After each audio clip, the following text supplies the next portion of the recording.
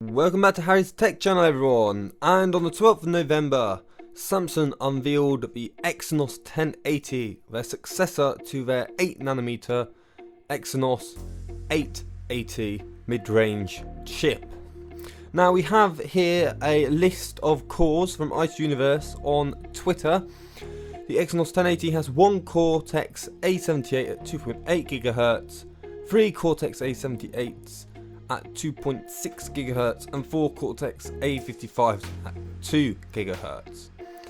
Now this also uses a Mali G78 MP10 and AI plus ISP, basically camera stuff.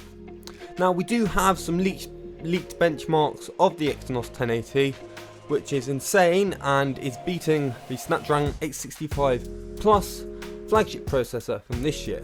Now here we have obviously a score of 693,600 compared to the Snapdragon 865 Plus of 648,871. And now what's interesting in this is the GPU, which is the graphics, actually beats the 865 Plus by quite a bit, which is interesting to see because Samsung isn't normally the strongest on the graphics, but you can see here that hopefully because of this the Exynos 2100, which will be their flagship processor, will also beat next year's Snapdragon 875 hopefully.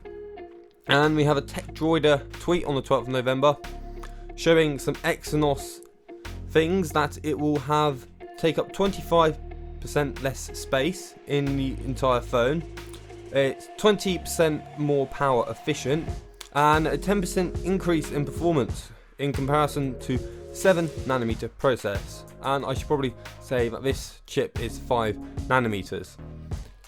Now you can also see we have some specs obviously from the Samsung website. 4K video up to 60 frames per second and supports single camera up to 200 megapixels with dual cameras at 32 megapixels, and a Quad HD display at 90Hz or Full HD Plus at 144Hz, and LPDDR5 or LPDDR4X memory and ultra fast storage 3.1. And I hope you guys enjoyed today's video. If you did, leave a like, subscribe, and I'll see you in the next one.